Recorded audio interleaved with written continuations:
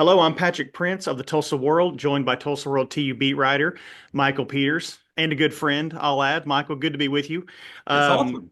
we're here to talk a little TU football. So Kevin Wilson was fired near the end of his second season. He was 7-16. Michael, and correct me if I'm wrong here, but the thought seemed to be that he was going to get maybe one more year. That obviously didn't happen. Uh, did the move surprise you?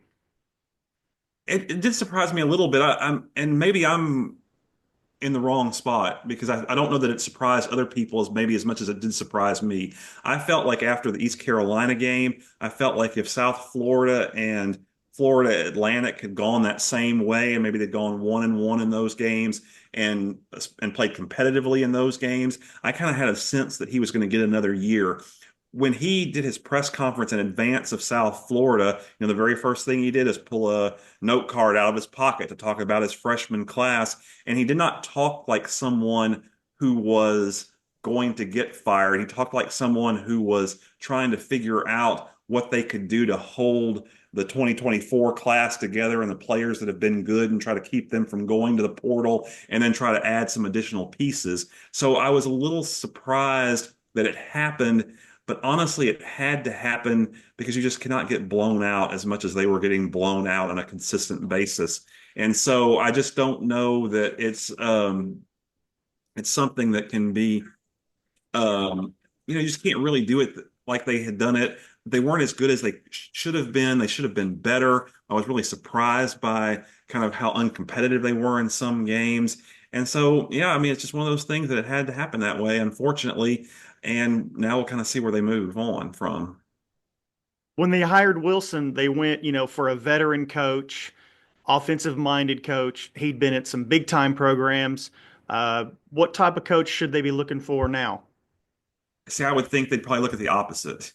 And so, I mean, that's I think the Kevin Wilson experience has probably soured them on someone like, say, a Matt Wells, who was good at Utah State, struggled a little bit at Texas Tech, I guess now is at Kansas State. Somebody like that, who I think people here would have really jumped on maybe 2 years ago, is probably someone who's out of the mix now because I don't know that you can go after someone who has been a head coach previously and who has didn't do well and was fired from that job. I just don't know if you can do that now after Kevin Wilson. I know the fan favorite is, Brennan Marion, the former TU receiver, who's now at UNLV.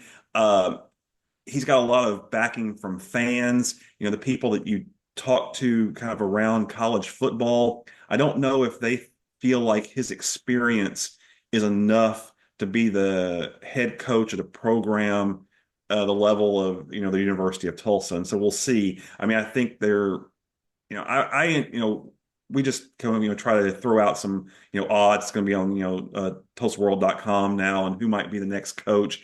And, kind of as a group, we pick the field as the who would be the favorite among the candidates that we had listed on Sunday, which includes Marion and Matt Wells and some other people that have Tulsa contacts. I would not at all be surprised if this is someone who has more Justin Moore contacts, the new athletic director at Tulsa, rather than Tulsa contacts. Yeah, that's a good point. Yeah, and you and I've kind of said that in our private conversations. So, if you were to speculate, who was his first call to? I don't know. That's hard to know. I wonder. I asked someone if he's an, Elijah Robinson guy, who is a person who was the A&M interim coach last year when they fired Jimbo Fisher, who is now at Syracuse. So that was somebody who had gotten some run from players and also from media as someone who might be able to take over the program. The players loved him. Is that somebody who is Justin? What kind of relationship does Justin Moore have with him? Had it not been for the failed past piece of this, maybe a person like Jake Spavital, who was around the A&M program with Kevin Sumlin. Kevin Sumlin hired Justin Moore as his director of football operations at the University of Houston in 2008. Jake Spavital was a key piece of the Sumlin staff at A&M. He coached Johnny Manziel, then got a little sideways with that and has now been doing some offensive coordinator things, got the Texas State job, didn't do well there, and now he's the Baylor offensive coordinator. Had it not been for his time at Texas State, that might have been his first phone call. If it weren't for Kevin Sumlin's really disastrous tenure at Arizona after he left A&M, that might have been his first phone call. Someone's assistant head coach at Maryland. I'm still now thinking it's probably someone that we're not thinking about, and I'm really not exactly sure what direction we're going. It feels like that Marion's going to be in the mix, but I don't know if he's going to be the name that ultimately comes out of it. Well, and the last two TU hires have been that. Nobody saw Kevin Wilson coming, and nobody saw Philip Montgomery coming. Those weren't names we were talking about at the time. Yeah, I mean, I think it's going to be something like that because people like to list. And when you're in town and you know people who have ties, and I mean, honestly, it's probably easier for someone who's been here before, who knows the challenges of the university, knows the smallness, knows the academic requirements that you have, knows some of the NIL challenges that you're going to have that we're going to talk about here in a little bit. Those are all things that it might help for someone who's been here before. But I do think it's going to be someone more that Justin Moore has a relationship with, whether it's a personal relationship or whether it is people that he's close to who recommend that person. And that's really where I would think this would go first before it would go to a former Tulsa assistant. Yeah, good point. What about Ryan Switzer? He a candidate? He was fairly impressive, I thought, in the press conference yesterday. What do you think about him? I talked with Barry Lewis after the press conference. We were both blown away by Ryan Switzer. He was outstanding in the press conference. He really hit the right notes, said all the right things. I really don't think you can hire someone who is 2 years out of the NFL, has 2 years of college experience as your next head coach. But I really would think that they made him the interim partially perhaps to tell him, hey, we would really love for you to stick around and be part of the new staff if if you can, if we'd really like you to be here and really to stick around. He's also the recruiting coordinator. So part of what he's been doing this week is to try to keep the current recruiting class in. Right now it's 12. They lost a couple of guys after Kevin Wilson's firing was announced. He's also probably trying to keep the class of 2024 that was one of the best in Tulsa history together as well. And those have some guys who are going to get a lot of portal attention. So I think they would like him to stick around, but I just don't really know that they can make him the head coach. But boy, he was super impressive in the Monday press conference, though. Well, and you just kind of said it. I mean, whoever they hire, they have to hire pretty quick, right? You've got signing day upon us. The portal opens December 9th. I mean, they got to get moving, yes? My conventional wisdom is I don't think they want to hire somebody before Saturday because I don't think they want to override senior day and trying to honor the seniors that have been here, some of the transfers. I don't think they're going to do that. But boy, I think pretty soon after that, they will be doing that. There's a women's basketball game on Sunday against Creighton. Creighton had been nationally ranked.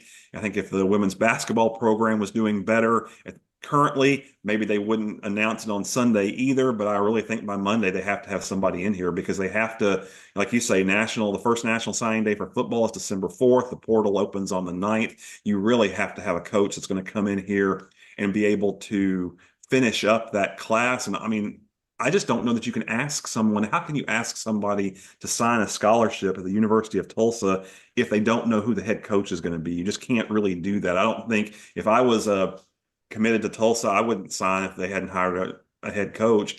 And then how can you ask Joseph Williams or Elijah Green or some of their other star true freshmen to stick around when they don't know who the head coach is and they're going to have people beating down their door on December 9th when the portal opens? Right. Yeah, 100%. Okay, last question. Can TU compete in the brave new world that is NIL and paying players? I hope they can. I mean, I hope that they can because I think, what a wonderful place it is for the city of Tulsa and for the community to have a Division I school in town. It's fun to go on campus and you see the banners and you see, the stadium. And like I was there for Oklahoma State and that crowd was amazing. And it was amazing to have, that kind of atmosphere on campus for a football game. I hope they can. I think they can in their lane. I think they will be able to, like this year, even in the NIL space, they were still able to get a Zach Marcaselli and a Gavin Potter and some of, local people who wanted to come and finish their career in Tulsa, who had gone other places, who had not maybe been as high profile at other places, and were able to come here and finish up. I think they'll always be able to attract Oklahoma players in that regard. I think one of the things they've been trying to sell in the NIL space is not so much NIL, but in the, hey, how valuable is a University of Tulsa degree? How valuable is it to have graduated from the University of Tulsa? Is that so? I mean, if you're only going to get maybe 50,000 or 60,000 from another school, well, perhaps if you're going to play the long game, a degree from the University of Tulsa is more valuable than that. Tulsa also, one of the things that Kevin Wilson sold a lot was they have the full academic payment that you're able to give students. If the NCAA allows a certain amount, per semester for student athletes who achieve at a certain academic level. Tulsa pays the full NCAA amount for that. I do think in talking to some of the folks in the athletic department, some of the new people who Justin Moore has brought from A&M who are working in the NIL space, they are going to try to put together, plans for being able to keep some of the key people, and try to help in that regard. I know that, we talked about, Tulsa's best women's basketball player left to go to Kansas State. And one of the things, I guess, that, talking to Bill Haston, one of the things that he had heard is that, well, Kansas State has a really influential NIL group in women's basketball. And so they have a lot of people who have some money who want to try to build a program, and that's where they're putting their resources. I think Tulsa has enough resources that if they can find some people, they should be able to keep key pieces like that, bring, former statewide players back who want to finish their careers here and can have a good mix to where they can compete at the American Athletic Conference level. The caveat being 5 years from now, who knows? 5 years from now, it may not be the American anymore. It may be the top 60 teams or the top 70 teams playing in a super league. And at that point, you have no idea. It's hard to know. But I think in the near term, until those things happen, I think Tulsa can certainly compete at the American Athletic Conference level. All right, Michael, we'll leave it there. You can read all of his coverage at tusportsextra.com. Thanks for watching and happy Thanksgiving.